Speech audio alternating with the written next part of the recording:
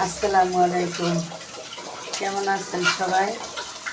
আশা করি ভালো আছেন। আলহামদুলিল্লাহ, আমিও ভালো আছি।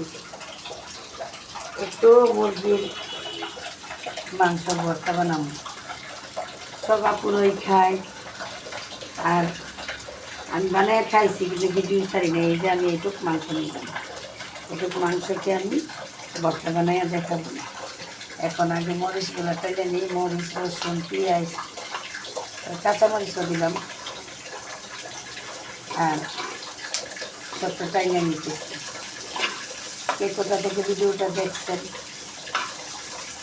কমেন্ট করবেন।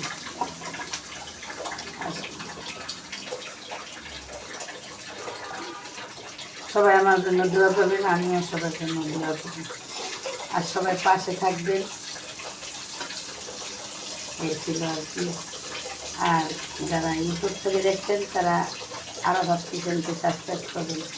আর যারা ফেসবুক থেকে দেখছেন তারা আলিফ কিচেনকে ফলো দেবেন।